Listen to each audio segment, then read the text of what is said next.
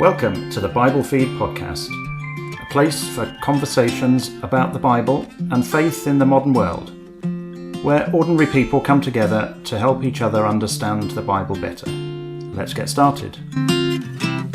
So, hi Paul. Hi Dan. Good. We're here to talk about prophecy. A group of us talk about Bible topics on a regular basis, and from time to time we'd like to talk about those in a bit more detail. And we thought it was a great idea to discuss this and talk a little bit more about Bible prophecy, what it is, how it can help in reading the Bible, those sorts of things. And we'll get into one specific prophecy, won't we? We certainly will, yeah. So the kind of topic that we were considering was about prophecy and faith and how those two things work together. And we concentrated on one particular prophecy, which was the image in Daniel chapter 2. I'm sure a lot of people are familiar with that. We'll come on to describe it in a bit more detail, but that's what we focused. If you're not familiar, you can Google it. Yeah. Daniel 2 image. It'll come up. Real-time footage of the dream. Okay. Good. So, prophecy is not, it's fair to say it's not everyone's cup of tea, is it? Even people who know the Bible, read the Bible, it's not necessarily people's first port of call. So we'll talk about that in a minute, but let's define what we mean, first of all. So, Paul, what is prophecy? Yeah, and that's a sensible place to start. I think there's a meaning that we attach to the English word prophecy, which tends to be all about predicting the future. And you think of Nostradamus and other things like that, which tend to be about predicting what is going to happen in the future. I mean, it's a typical human interest subject. What is going to happen and so the English word has got that meaning attached to it. But when we look at it in the Bible and we start to look at passages and parts of the Bible that are called prophecy, it's a much broader topic than that. It's a word which means something broader than that, and perhaps means more speaking God's message. And the word itself in the Hebrew means something like to bubble forth. So it has this idea of fizzy drink. Of speaking a message from God. And we have, for example, David, who wrote the Psalms. A lot of the Psalms is called a prophet. But you don't tend to think of the Psalms as prophecy, as predicting.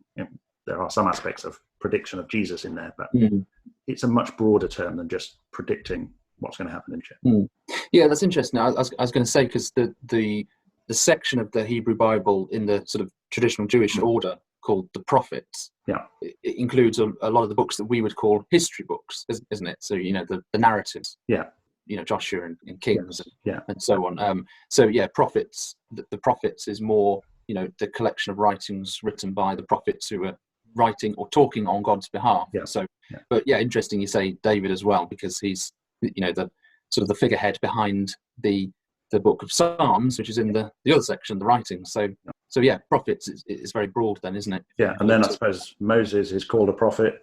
So you've got prophecy in all of those major components of the Old Testament text. All the prophets and the writings. Yeah. Okay. Yeah. So nothing to do with telling the future then, or sometimes? Well, that doesn't mean it's not to do with telling the future. Okay. And I suppose there's different people approach prophecy in different ways and think about it in different ways and have different attitudes to it, I suppose. And be interested to see how you think of it. But it sometimes people go into lots of detail of specific passages in the book of Daniel, for example, or the book of Revelation in the New Testament, and work through history and attach particular symbols to particular events in history. And use that to seek to predict what will happen next, and that goes into a lot of detail of the symbols and interpreting symbols and events. And for some people, that just isn't their bag. They just find it difficult to retain historical information and get confused by it. Yeah, I mean, speaking personally, I've always sort of found that kind of approach to Daniel and to Revelation, to those sorts of parts of the Bible, as almost searching out the code, or trying to sort of unravel sort of a hidden meaning or something, which seemed to feel very different from reading other parts of the Bible. When you start to read the Bible, you read it in context, you're trying to understand the background, the historical setting, etc., etc. And for sure, the prophets, the prophecy is a different genre sort of in itself, isn't it? But yeah, it's tricky to switch into that mode. And yeah, we've got to be sure that's the right sort of approach, I suppose. Yeah, So I get that partly touches on the question of whether the words of a prophet, someone speaking God's message, whether that message meant something to the people that he was talking to at the time, or whether it was locked up in some way and can only be interpreted by someone in hundreds, thousands of years later with a key, if you like, to unlock that code. Personally, I tend to think it's better to start with, while there might be, and we'll look at Daniel 2 and we'll see that there is a long-term potential in some of these prophecies. But it's always better to think about what these things meant to the original audience and build on that as a method of interpreting. And that I think is a much more helpful way of helping getting these prophets to speak to us in our daily lives as well. Sure, and just what you just said sort of made me think of sort of two passages. The first, we already talked about David being referred to as a prophet, which is in Acts 2, where it says, being therefore a prophet and knowing that God had sworn with an oath to him that he would set one of his descendants on his throne, foresaw and spoke about the resurrection of Christ. So something about that Psalm 16, which he's referring to, is dependent on David knowing something. Yeah. So it meant something to him and to his sort of, immediate hearers and readers. But then the other passage is the passage in Peter that talks about the prophets who sort of inquired what the things of Christ that they were talking about, as if they didn't fully understand. So perhaps there is these two elements, and like you say, let's focus first on how the original readers would have understood, that might then help us to determine what can sort of be beyond that original meaning. That's I guess what you're trying to say. Yeah, and actually there's a useful, you've referred to the first epistle of Peter, which refers to the prophets kind of searching, how the Spirit of Christ might be reflected in their life experiences and their sufferings. But even that, there's some immediate, it's specifically about the Spirit of Christ and the sufferings of Christ. A lot of the prophets were persecuted and were badly treated for the message that they were trying to convey. And at the same time, they were also aware of there's a promise of a greater prophet. There's a promise of the Messiah. There's a promise of a future king. And so they're sort of like, well, is what's happening to me a prediction, a reflection of what that better kind of human being, that better king, Messiah, or whatever the terminology is, might appear.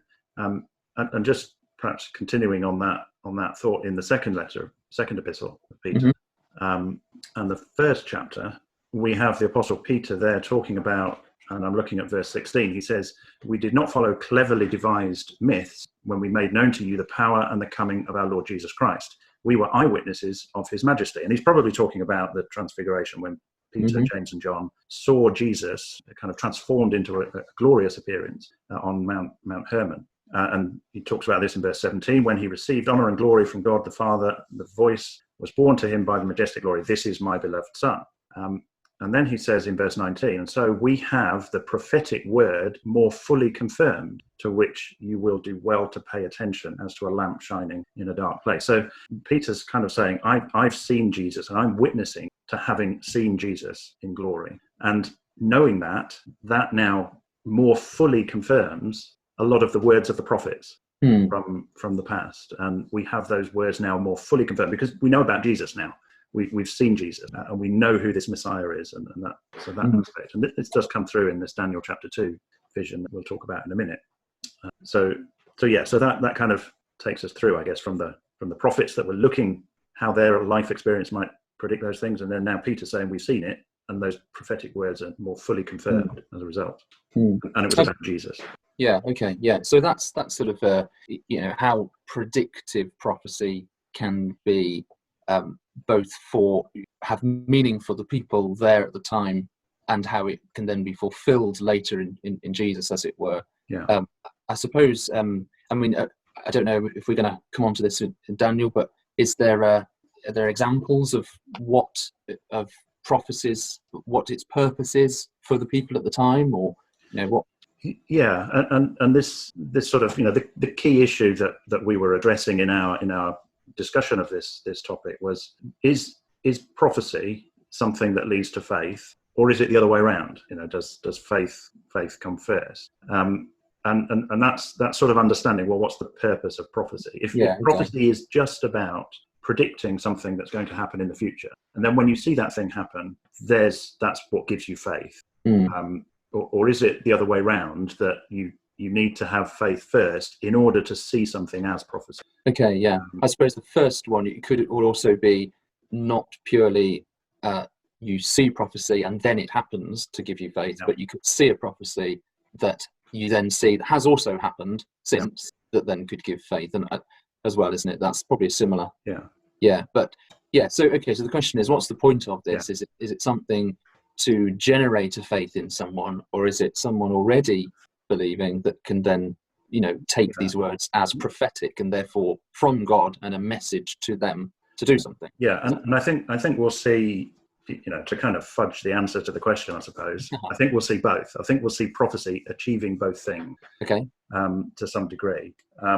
And let's take an example, one from the Old Testament and one from the New Testament. Let's do that. Yeah. So the Old Testament example, let's take it from the end of, it's actually the chapters that appear, I think, right at the end of the Hebrew Scriptures. Although in our English Bible, it's in the middle. It's 2nd of Chronicles, chapter 36, and we've got a few verses there that, in a way, summarize the history of what's gone before. A few words, and it refers to what the prophets, what they were doing, what was their role. And so in 2 Chronicles 36 and verse 14, we have this description of the people of Israel and their leaders, the priests, transgressing and going after all sorts of abominations of the nations around them, polluting the house, the temple of the Lord, and verse 15, the Lord God of their fathers sent to them by his messengers. These are the prophets, rising up early and sending, because he had compassion on his people and on his dwelling place. So the purpose of those messengers was to bring about a change in this group of people that were going away from God. They were God's people, but they were going away from God. But they, verse 16, they mocked these messengers and despised his words and misused and ill-treated his prophets. So in that passage, there's that summary of the Old Testament history pretty much in a nutshell. The purpose of the prophets being sent was, come on, people, change. I want you to change. And unless you change, these bad things are going to happen. So there's the predictive bit. But the main force of the message of the prophet, and a lot of what the prophet spoke about is issues of social justice and, stop oppressing the fatherless and the widows and the poor and taking people's land and accumulating. Let these slaves go free and So all sorts of things like that. And that's the primary message of the prophets is to bring about that change. And sometimes they use really powerful imagery and colourful language, which is great to read when you think of what it must have been like to receive that message. So I suppose we're talking about people like in the narratives, people like Elijah and Elisha, who don't have books attached to them, but then also in the prophetic books, the literature, we're talking about Isaiah, Jeremiah, and others as well. Sort of. And it goes, there are prophets all the way through that history of Israel, Ezekiel and to Daniel. In the time of Daniel, sort of after that exile's happened, isn't it? But but other of the so-called minor prophets are there as well, aren't they?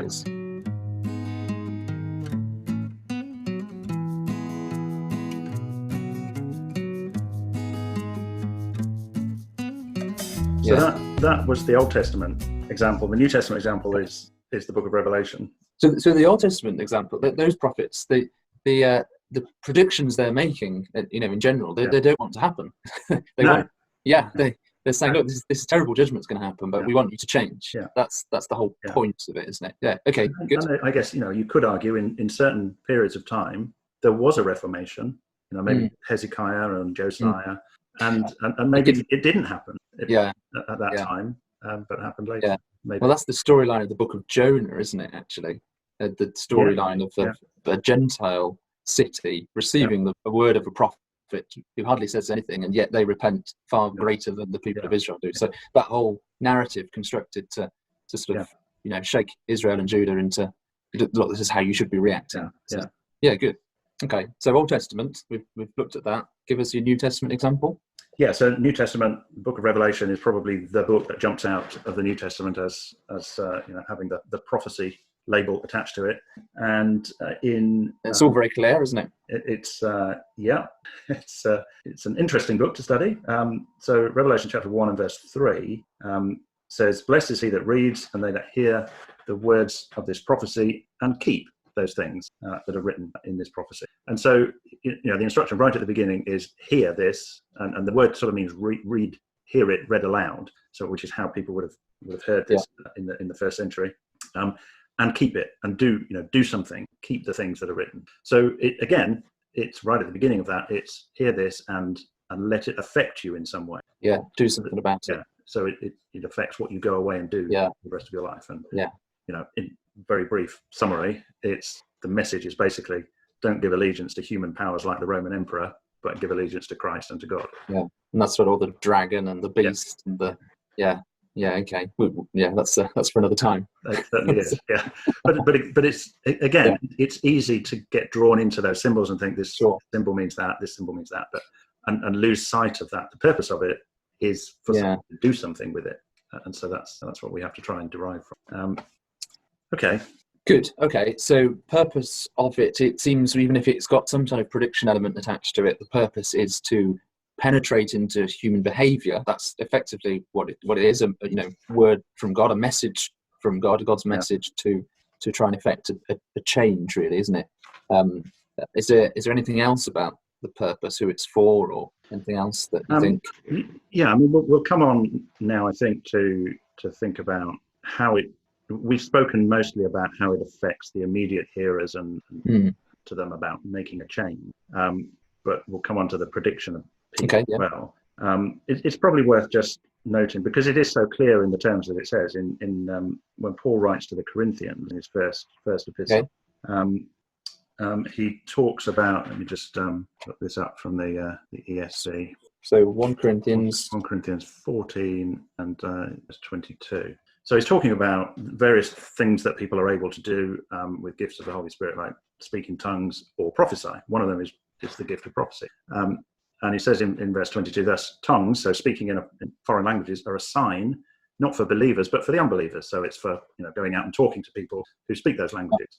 So it's for the promulgation of the gospel for unbelievers. While prophecy is a sign, not for the unbelievers, but for the believers. So it seems primarily it's for those that already have faith. Yeah.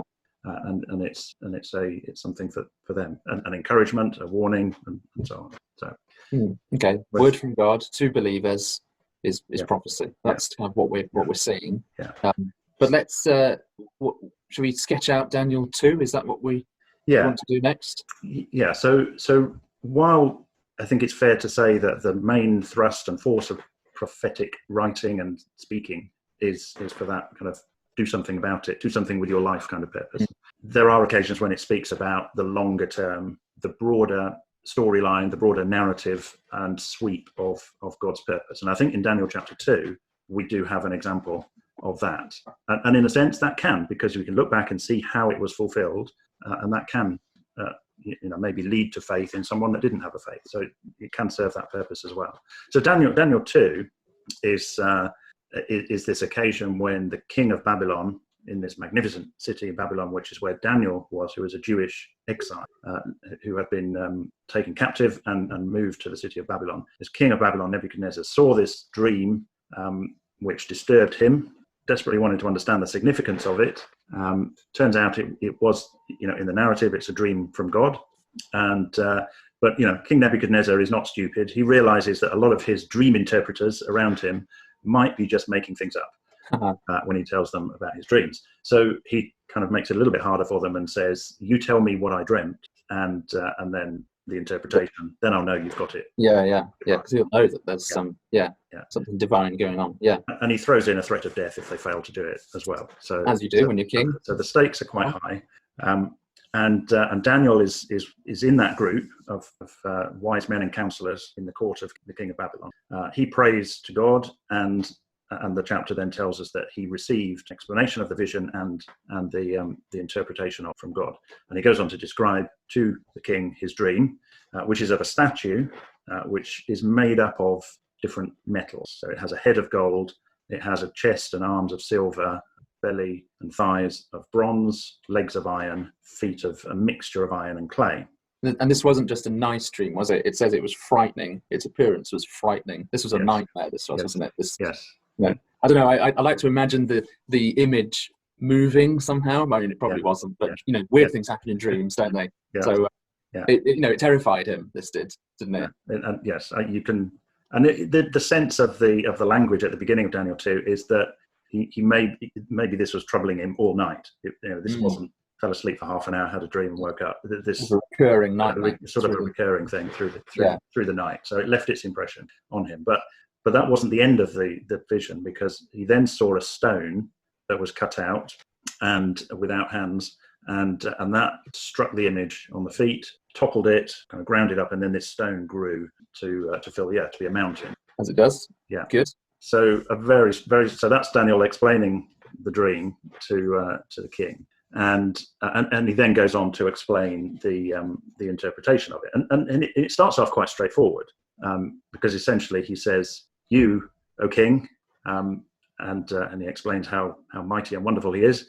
"You, O king, with all your power and concentrated wealth, you are the head of gold."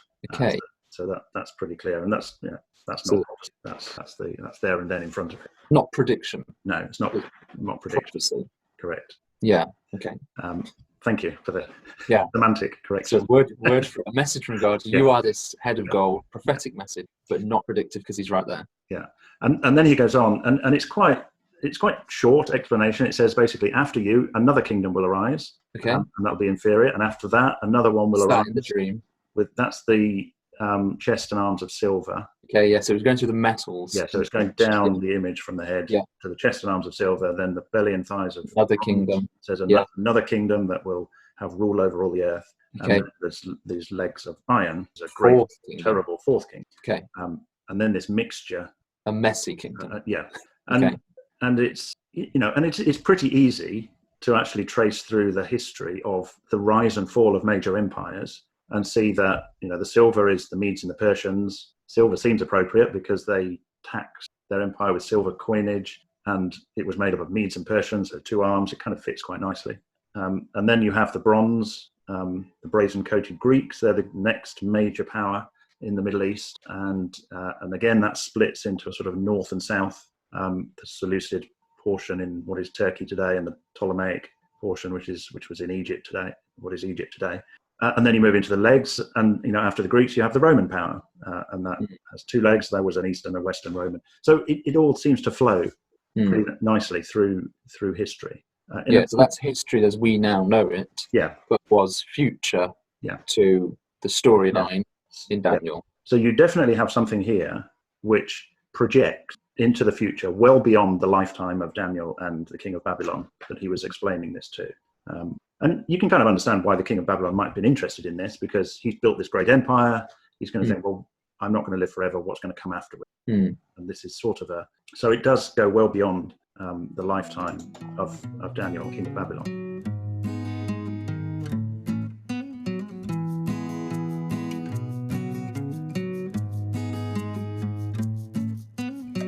Okay, so it goes beyond the lifetime. This is predictive prophecy, a message to the king. It just strikes me, it's interesting, because the very next chapter, Nebuchadnezzar, this is perhaps going on a bit of a tangent, but Nebuchadnezzar builds himself a statue completely of gold in the next chapter, doesn't he? It's almost as if he's like saying, well, actually, this predictive prophecy isn't going to change me. I'm going to defy this man from God. I'm going to make this whole statue of gold. So just sort of thinking, the predictive element of it always does seem to somehow come back to, how you're going to react, how you're going to change, how are you going to make your choices in life, as a consequence of having this revealed to you. So, sure, okay. So predict, does that then lead to faith if it's sort of, for sure, if it's definite, definitely a prophecy given before these things happened, we can be sure of the interpretation, we can be sure of the history. Now that seems like that would be sort of, absolutely, without flaw, really. Is there any sort of counter? Is there anything we need to sort of think through about that? Yeah, and it seems so. It seems to flow with history so well, and provide a pretty watertight mapping out of the major powers that were to come.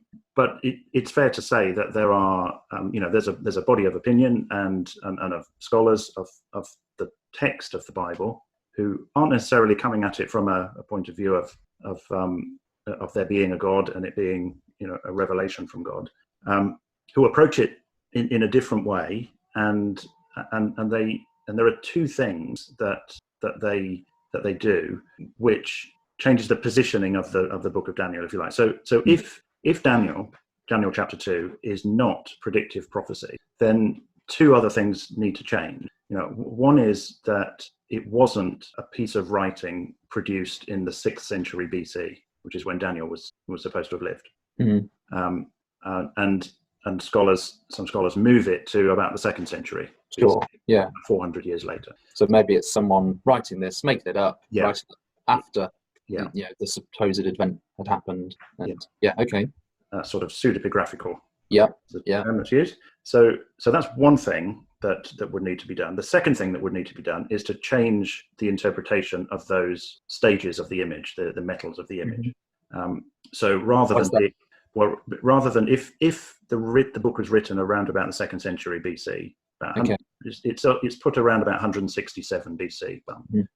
If it's put then the writer would know about the Greek Empire, but wouldn't know about the Roman Empire. Okay, yeah. So the other thing that needs to change is the interpretation of those metals, and the way that's normally done is they're changed to the head is still Babylon, the silver is the Medes, the bronze is the Persians, and the legs of iron are the Greek. And then it kind of becomes obscure and mixed beyond that in the feet. So those two things, when those two things are argued for together, then you could argue that this is not predictive prophecy. But there are a couple of responses to that, which I think it's worth just talking about. So firstly, about the moving the writing of it from the 6th century to the 2nd century. The argument for that is largely based around there are some Persian and Greek words that are used in the book. Not very many, probably half a dozen or so. Okay. And the argument is, because those words have been used, it couldn't have been written 600 years BC. It must have been written much later. Okay. The scholarly consensus around that has moved since that original argument was put forward. And now the consensus is that the date of Daniel and the writing of it can't be determined by those linguistic arguments, and that actually the language that's used is compatible with it being written in the 6th century BC. So that so maybe they did know Persian words earlier than they thought they did. Yes. Basically. Okay. Yeah. And also the structure of the book. It's sometimes argued that there's chapters 1 to 6 are third-person accounts of things that happened to Daniel and his friends, and that was older. That was an older book. And then chapters 7 to 12, which have a lot of the visions in, and it's first person, so it's Daniel saying, "I, Daniel, saw this, that, and the other." That was added on. The problem with that is there's another chunk of the book which runs from chapter 2 to the end of chapter 7, which overlaps those two sections, and that chunk is all in Aramaic, and it has a structure of its own. So without going into any more detail of that, that strongly argues that the full 12 chapters that we have were composed as a unity, rather than being an older section. There's complicated, complex literary structure within the book, which argues for it being a unity whenever it was written first. But okay, go on. And perhaps the third point, which I think is the strongest point actually, is the Qumran community, which is the users of the Dead Sea Scrolls. Which the famous scrolls in jars. So they had the Book of Daniel in their authoritative scriptures. 150 years BC or earlier. Okay. And so that then really doesn't leave enough time for a new prophetic composition to be made 160 BC, for it to be circulated and arrive in an isolated community like the Qumran community. That just wouldn't happen in 20 years. And accepted as an authoritative prophetic word from God. The antiquity of the text is an important criteria for an isolationist community like the Qumran community. So it just doesn't. The timing just doesn't fit. And is that the earliest date that we have a scroll of Daniel, a fragment from the Dead Sea Scrolls? Yes, I think it would be. Yeah. Which is why the late date can't be pushed out and even later. Yeah, it has to be in that time in the Greek Empire period. Yeah. Okay, yeah. But like you say, yeah, actually, you've got to make a lot of assumptions. Yeah. For that. So, okay. So that kind of deals with the first part of that approach to it. The second part, in terms of changing the interpretation, which has the Medes as a separate empire from the Persians. The difficulty with that is, historically, there is no separate Median empire. Okay. So it doesn't really accord with history. So what do the Medes do? They just sort of joined in? Yes. Yeah. It's an alliance. It becomes known as the Persian Empire. Yeah. But Daniel, whenever he refers to them, refers to them together as the Medes and the Persians. Okay. So in the book of Daniel, within Daniel chapter 8. It's always the Medes and Persians. Yeah. And there's also, you can go right back to the 1st century, and Jewish scholars and Christian readers of the Bible are interpreting these things, and they all consistently, from the 1st century onwards, interpret it as Babylon, Medes and Persians, Greece, then Rome. So it's not until modern scholars really that the idea of changing. So I think that puts us on a pretty strong footing. That we have got something that is predictive prophecy. Yeah. Okay. So I suppose So if you say, okay, let's imagine, for the sake of argument, that it's a late text. You still have. It still looks as if it's talking about Babylon, Medes and Persians, Greeks, and then Rome, which still would have come after. And then, of course, after the empire disintegrated into sort of just, I guess we're talking about the region, aren't we? We're not talking about world as in the world as we know it. We're talking about that region, the Middle East, the cradle of civilization. If you like. Sure, yeah, and how that's just sort of disintegrated. And there was no dominant power. It's the area where the land of Israel is. Which is the focus of the biblical sort of narrative, isn't it? So, So even if you accept a late date, there's still some element of prediction there. But actually, that's hard to argue for anyway. Yeah. And actually, accepting a late date isn't necessarily the right thing to do anyway. Okay, good, thank you. So we have it's striking then, doesn't it? I suppose if you sort of accept that, then that here is a prophecy or a prophetic word which is predictive, and you can look back and these things, if you take it as predictive in its entirety, as it claims to be, those things have happened.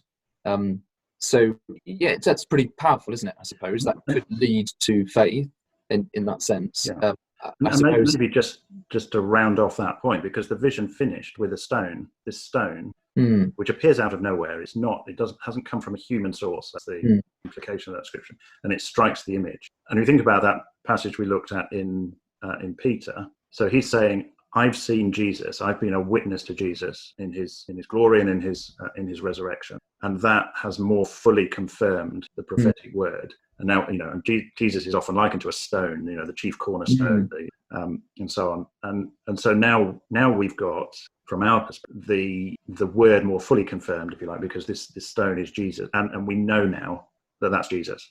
So it's giving shape and tangible reality to what that closing part of the vision was. Absolutely, yeah. So so the first opening lines of the letter to the Hebrews, isn't it? God spoke long ago in different ways through the prophets, but now he's spoken through his son. So it's kind of all these things that were sort of talked about in different ways, these prophetic words, messages from God, they're now wrapped up in this person, Jesus, who sort of brings these things to a climax, really. And okay. And I guess I suppose just to sort of round off what we've talked about, that then leaves Nebuchadnezzar with a sort of a challenge or a choice, doesn't it? There and then, and anyone reading this book, but including us now. So it leaves you and me and anyone a sort of a challenge to, or how are you going to respond to the fact here that here is a prophetic message from God with an element of prediction in it, that's kind of showing to us that God does want to act to sort of change the way, the system of doing things, the way that humanity and oppressive human regimes sort of tend to do things. it's a sort of a call. It goes back to this call to action, doesn't it? Yeah. I suppose. Yeah. Which is what prophecy, Yeah. what it was all there for all along. Yeah. Is that how you'd say it? Even this dream, this terrifying statue, is there to call you to. Yeah, it's almost now that we know the stone is Jesus, the choice becomes: do you? Because actually, we are. We're living as part of that image in a sense. We're living under human government. Sure. Yeah. And so the way they're described is they last for a while, then they collapse, and something else comes along. That lasts for a while, it collapses, something else comes. The stone, which we now know is Jesus, is something that lasts forever. Yeah. Are you going to kind of build your life and your allegiance on that, or on a human government that's going to last for a while and pass away? Yeah, and ultimately that stone is a mountain that fills the whole world, which so that's the direction that things will ultimately go in. So, which is a comfort. It is, especially with the sort of predictive power of this chapter. So, good. Okay, I think that's probably. Is there anything else you want to touch on? Or have we summed it up? I think we've done it. Yeah. In a short amount of time, it's a bit high level, but I think we've managed to get to the sort of the part of the issues surrounding in this topic. We've tried to summarize prophecy, what it is: a predictive, a word from God, a message from God, speaking on God's behalf. The prophets were, and sometimes it was predictive, not always. It was always designed to sort of call someone to behave in a certain way or call out bad behavior. It was to encourage that change in direction, and part of the prediction element of that was, in some way, declaring God's outworking of His purpose in sort of the long term, pointing to the Spirit of Christ who would come, Jesus. But even that is there and designed as a call to action to sort of choose who you follow. I think that sort of sums up what we've just talked about, which has been great. So thank you very much, Paul. Okay. We'll do something like this again, and see you next time. You've been listening to the Bible Feed podcast. Thanks for joining us. We're always keen to hear what you think, hear your questions or subjects you'd like us to discuss. Get in touch with us on our Facebook page or send a message from our webpage at biblefeed.org and be part of the journey.